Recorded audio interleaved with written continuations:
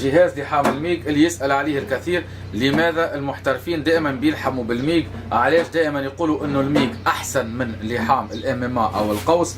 اليوم ان شاء الله كما تشوفوا عندنا جهاز الميج هذايا. جهاز هذايا رائع جدا، مش نوريكم كيفاش تقوموا باستعمال الاجهزه، كيفاش تتاكدوا هل انه الجهاز اللي عندكم يقدر يلحم الميج بواسطة الغاز وبدون غاز او فقط بواسطة الغاز بيشتغل، ومش نوريكم كيفاش تقوموا بتعديله وتجهيزه للعمل. بارك الله فيكم، ونمروا الى الفيديو متاعنا. اول حاجة نشوفوها مع بعضنا لهنا هي دائما الاجهزة هذه الميج تلقاه فيها باب على الجنب او من وراء او من كل جهاز وكيفاش الشكل نتاعو، وتلقى فيها لهنا مكان تعليق الكبة اللي هو هذا، ولهنا الميكانيزم هذايا. الميكانيزم هذايا اللي عندما نفتحوه نمروا عن طريقه السلك من الكبة. الان باش نوريكم كيفاش بيركب، ونمروه عن طريق الايد اللي هي هذه حتى نقدروا نقوموا بعملية اللحام. لكن إذا كان الجهاز متاعنا يستطيع يشتغل بالكبة الفلوكس، يعني اللي هي بدون غاز، لازم يكون فيه من الداخل مكتوب بالطريقة هذه. ما فهمتكم عندي اثنين بوزيسيون. البوزيسيون الأولى هي إذا كان نحب نشغل بواسطة لحام بدون غاز، نركب الكبة هذه ونقوم بتركيب الخاط هذا المعلق في السالب، يعني لهنا، يعني قلب أقطاب، يعني الأقطاب تكون مقلوبة. والماس اللي هي هذه، الماس اللي هي هذه نولي نركبها في الموجب، يعني بالطريقة هذه. إذا كان نشتغل هكذا نقدر نقوم بتركيب الكبة اللحام بدون غاز، الفلوكس اللي ما تحتاجش للغاز. لهنا نعديها بالكابل. الآن بركب الكبة الثانية ونوريكم باش ما نعاودش مرتين. بالنسبة لطريقة اللحام بالكبة هذه بدون غاز وريتها لكم في الفيديو سابق، اللي ما شافوش يقدر يمر له عن طريق الدائرة البيضاء اللي تطلع الآن على هذا الفيديو، مانيش مش نوقف عليها. إذا كان مش نشتغلوا بكبة الغاز نوليو نعملوا بالعكس، يعني نشيلوا الكابل هذا الموجود من الجهاز هذا من الزائد، نركبوا الوحدة الماس عادية في السالب، ونركبوا الكابل هذا في الموجب. خلاص صار راكب، اموره واضحه. ولهنا نركبوا الكابل اللي بتخرج منه الخيط اللي هو هذايا، اللي بيركب بالطريقه التاليه. نشوفوا مع بعضنا اللي بيركب بالطريقه هذه. لهنا عندنا هذا يتسمى يافرا روكاف، اللي هو هذا بيركب لهنا. اخواني نوريكم اسهل حتى يكون اوضح. يركب بالطريقه هذه، يدخل بالطريقه هذه،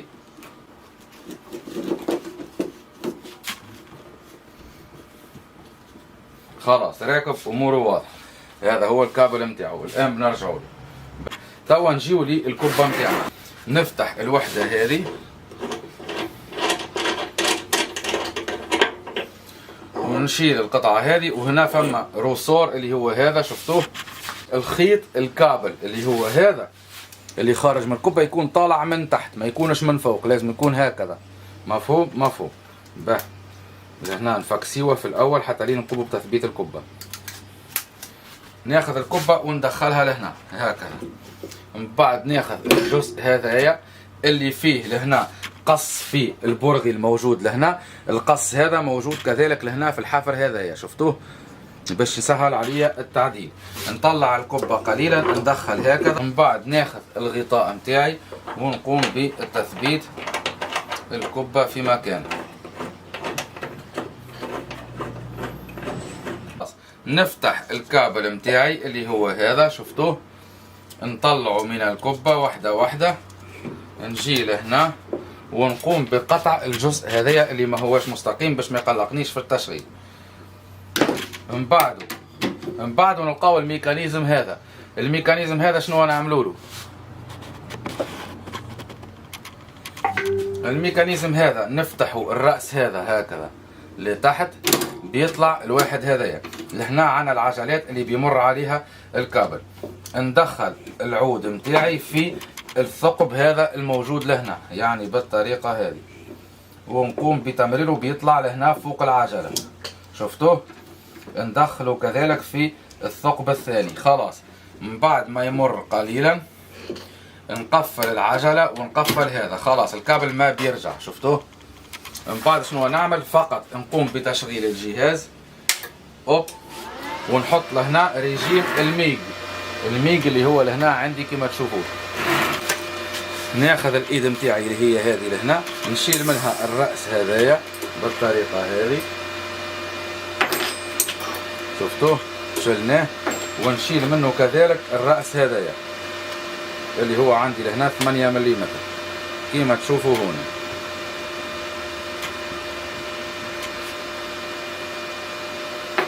شلنا الراس نتاعنا، نقوم بالضغط على القرص لحد ما يطلع منه الخيط هذايا الكابل من الكبة.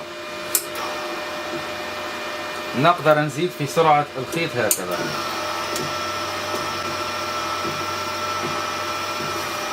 نشوفوا مع بعضنا، شفتوه الكابل طلع من هوني، واضح واضح. شنو نعملوا تو؟ ناخذوا الرأس اللي هو هذايا، شفتوه، ونركبوه عن طريق الكابل. هذا الجهاز والايد هذه تقدر تركبوه بدون ان تشيلوا الراس، بيطلع الواحد هذا. لكن انا نوري فيكم لهنا، بنشيلوا هذه لانه فما مكانات ارخص تكون لازم تشيلها لانه ما بيطلع الكابل منها، لذلك وريتكم هكذا. باه نركب المفتاح في مكانه ونقوم بتقفيل الراس هذايا. خلاص ركبناه. ناخذ الرأس الثاني اللي هو هذا وندخلوه لهنا. خلاص اموري واضحه، جاهز. كذلك حاجه اخرى قبل ما ننسى، انه لازم الميك فيه كثير من كما نقولوا احنا الشذا، هذا الشرارات اللي بتتجمع في وسط هذا الخاتم. دائما نستعمل الوحدات السبراي هذه اللي بننظفوا دائما بها، يعني عندما نقوم بتركيبها، يعني دائما قبل الشغل ناخذ سبراي هذا الخاص بالميغ وننفخوا به في الوسط نتاعها بالطريقه هذه في الداخل، وقتها يولي ما بيمسكش فيه اي حاجه. لما نكملوا الشغل فقط بنضغطوا عليه هكذا بيوقع منه كل شيء في الداخل. مفهوم؟ مفهوم. ناخذ اخواني قنينه الغاز نتاعي اللي هي هذه. انا عندي لهنا قنينه كبيره 40 لتر، فما قنينات صغار 10 وفما 8 وفما 15 لتر، انا لهنا عندي 40. انتم تقدروا تستعملوا 10 لتر، لانه كثير من الاخوه قالوا لي انه الغاز هذا في الدول العربيه، كثير دول عربيه ما يتباعش الا بترخيص، لذلك تقدر تشتري 10 لتر وتتفق مع الحداد اللي عنده ترخيص يعمر لك من البالون تبعه من 40 يحول لك لل10. فيها طريقه خاصه هذه، اذا كان تحبوا نعلمها لكم اكتبوا لي في التعليقات وباذن الله بصور لكم كيفاش تقوموا بالعمليه هذه، لانه تحويل الغاز من CO2 من البالون الكبير الى البالون الصغير ليس سهل، فيه طريقه خاصه. بارك الله فيكم. نجيو لهنا، عندي لهنا المانومتر نتاعي. المانومتر نتاعي هذايا شنو يوريني؟ المانومتر نتاعي اخواني يوريني قداش عندي ضغط في البالون بالميجا باسكال، وقداش عندي ضغط في الخروج الغاز ودخوله الى المكنه، لانه الكابل هذا كما تشوفوا الانبوب هذايا راكب في المكنه من وراء. به اول حاجه نعملوها نفتحوا هذا الصنبور للاخر، ليس نغلقوه، لانه لهنا بالعكس اذا كان نغلقوه يعطينا اقوى، يفتح اكثر، اذا كان نفتحوه يولي واقف ما يخرجش منه غاز، يعني بالعكس. من بعد شنو نعملوا؟ نفتحوا الرأس اللي هو هذا باش يمر الغاز. خلاص نشوفوا اخواني مع بعضنا. الوحده هذه كما قلت لكم تعطيني الضغط اللي في الانبوب. فتحت القنينه طوالي طلعت لي لهنا 4.3 ميجا باسكال. دائما اذا كان عندنا القنينه معبيه جيدا يكون فيها ما بين 4.2 و 4.8 هكذا ميجا باسكال. به توا مش نعدلوا مرور الغاز قداش الكميه اللي نحبوا نعديوها للجهاز. نعطيكم بدون ما تبداو تحسبوا، بدون ما نتعبكم في الحساب في الجداول والامور هذه وفي القواعد وغيره، لانه اللحام هذايا ليس فقط عن طريق القواعد يجب تعديله. اللحام هذايا كل انسان وشنيا خفة يديه، اذا كان ايده اخف بيكثر في المرور نتاع السلك، اذا كان ايده اثقل بينقص في مرور السلك وانت ماشي، يعني ليس عليها كما نقولوا احنا قاعده ثابته، لانه كل انسان وايده وكل انسان والخبره تبعه في هذا الميدان.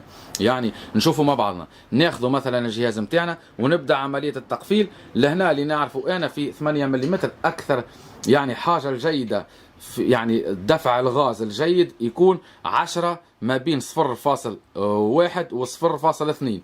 اكثر حاجه ماكسيموم اعطاء للجهاز يكون 0.2 MPa ميجا باسكال. نبدا نقفل لحد ما يوصل لهنا عندي ل 0.2، لكن انا مش نعمل اقل شويه. نبداو التقفيل ونشوفوا مع بعضنا الابره نتاعنا. اوب شفتوها بدأت تطلع.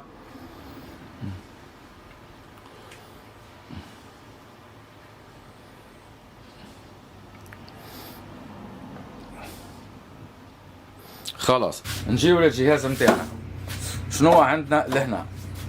نشغلوه من وراء. لهنا انا عندي الجهاز هذا ميج و ام ام اي، يعني نقدر نشتغل به ميج ونقدر نشتغل به بواسطه اعواد اللحام اللي هي القوس، لحام القوس، لكن انا مش استعملوه لهنا اليوم في الميج.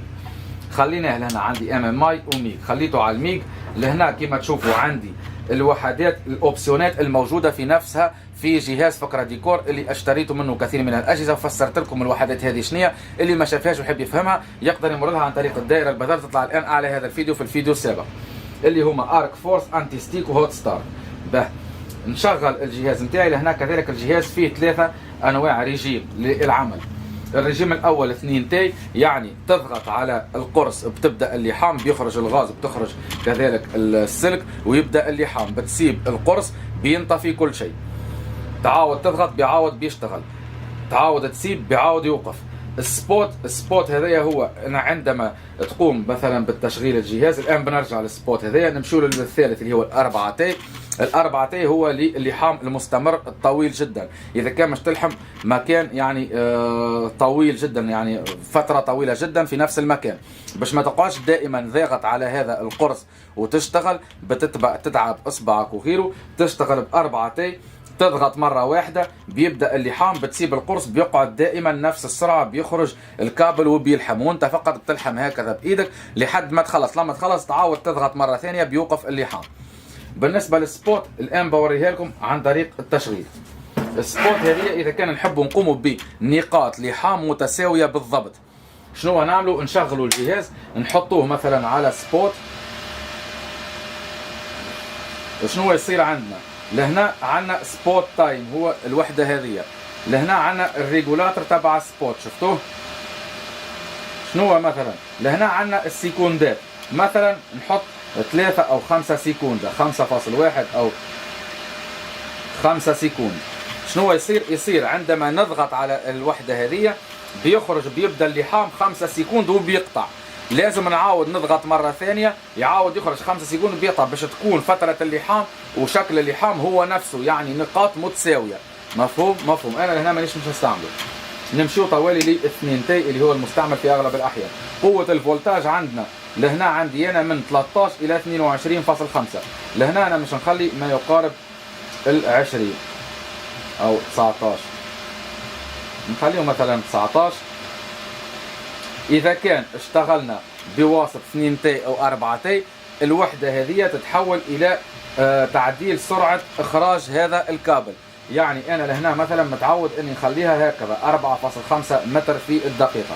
مفهوم؟ مفهوم. عملية تمرير وطريقة التمرير اللحام، هذه النتيجة اللي وريتها لكم كيفاش نقوموا باللحام وطريقة التحريك العود اللحام بلحام القوس في الفيديو السابق، وعلمتكم كيفاش. اللي ما شافوش يقدر يمر له عن طريق الدائرة البيضاء على هذا الفيديو الآن. نفس طريقة التحريك هي اللي تستعمل للميج كذلك. ركبت الوحدة مثلا باش نلحم لهنا على البلاستين هذه فقط باش نوريكم العمل كيفاش بواسطة الجهاز هذا.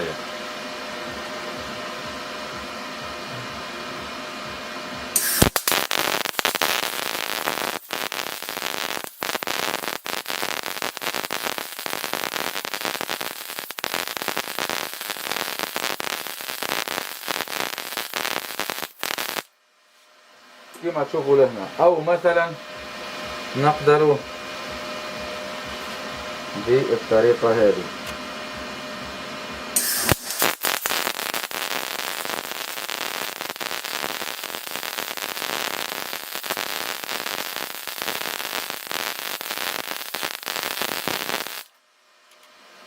نفس الشيء كما تشوفوا لهنا.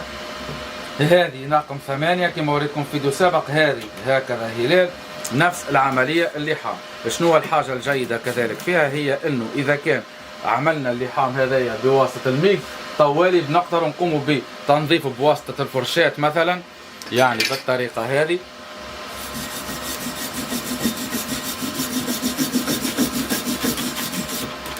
وخلاص كما تشوفوا اموره واضحة، ما يحتاجش الى التنظيف. شفتوه؟ نظيف، اموره واضحة. بدون خبث.